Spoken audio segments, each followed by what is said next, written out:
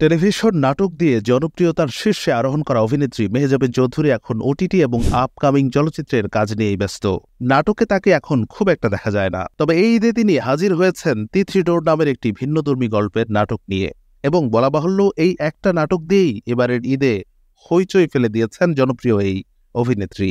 আমাদের সমাজের বেশ কিছু বাস্তব ঘটনার মাঝে একটি হলো মেয়েদের বয়স এবং তাদের বিয়ে না হওয়া নিয়ে পরিবার, আশপাশের মানুষজন, আত্মীয় স্বজন থেকে শুরু করে কাছের মানুষদের অহেতুক চিন্তা এবং নানাভাবে কটূক্তি এবং নেগেটিভিটি ছড়ানো, যার কারণে অনেক সময় দেখা যায় মেয়েটি নানা রকম ডিপ্রেশনের মধ্য দিয়ে নিজের জীবন কাটায়, যার কারণে মানসিকভাবে তার ভেঙে পড়তেই হয়। তিথি ডোর ৩০ বছর বয়সী অবিবাহিত মেয়েদের নানা টানাপোড়েন থেকে হতাশা এবং সর্বশেষ আত্মহননের চিন্তা নিয়ে গুণী নির্মাতা ভিকি জাহেদের এক অসাধারণ নির্মাণ। ওটিটির কল্যাণে ভিন্নধর্মী কন্টেন্ট উপহার দেয়া পরিচালক ভিকি জাহেদের কাজ মানেই বরাবরই ভিন্ন ধারার কিছু।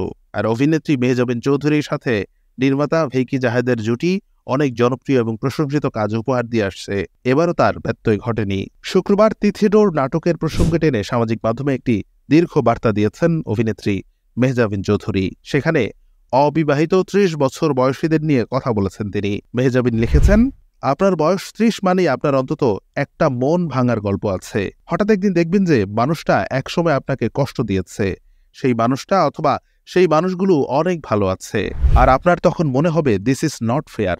আমাদের সবার জীবনে এমন একটি মুহূর্ত এসেছে যখন আমরা ভেবেছি আর বেঁচে থেকে লাভ কি। তার উপর আপনি যদি একজন ৩০ বছরের অবিবাহিত নারী হন, তাহলে তো আর কথাই নেই।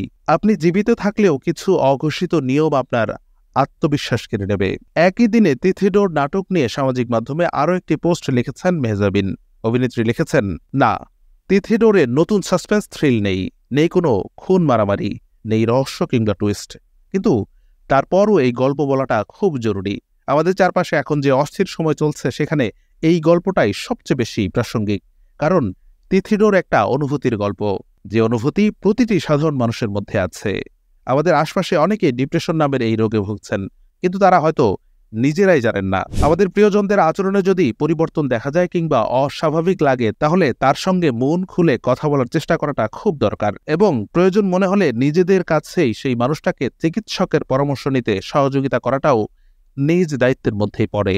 এক্ষেত্রে আমাদের প্রত্যেককেই সচেতন হতে হবে, কারণ চোখে দেখা না গেলেও এই ডিপ্রেশন নামের রোগটি তিলে তিলে আমাদের নিঃশেষ করে দেয়। তিথি ডোর নাটকের প্রসঙ্গ টেনে অভিনেত্রী মেহজাবিন চৌধুরী তার সোশ্যাল হ্যান্ডেলে আরও লিখেছেন যে, আমাদের অনুরোধ, তিথি ডোর দেখে এর মূল বক্তব্য অনুধাবন করার চেষ্টা করুন। নিজের পাশের মানুষকে, নিজের কাছের মানুষকে জিজ্ঞেস করুন সে কেমন আছে, তার কষ্ট হচ্ছে কিনা। আপনার একটা কল, নক, টেক্সট বা সাক্ষাৎ হয়তো কারো জন্য বিশেষ একটি মুহূর্তে অমূল্য হয়ে দাঁড়াতে পারে। দেরি হয়ে যাওয়ার আগে আপনারা চেষ্টা করুন, নিজেকে ভালোবাসুন, নিজের কাছের মানুষকে ভালোবাসুন। জীবন সুন্দর, এর চেয়ে সুন্দর আর কিছু নেই, কখনো হবেও না। এই সময় এসে ভিউ বাণিজ্য বলি বা ভাইরাল ইস্যুতে দ্বিধা বিভক্ত হয়ে যাওয়া দুটি পক্ষই বলি, সামাজিক দায়বদ্ধতার জায়গা থেকে পজিটিভ মেসেজ নির্ভর কাজ খুব কম হয়।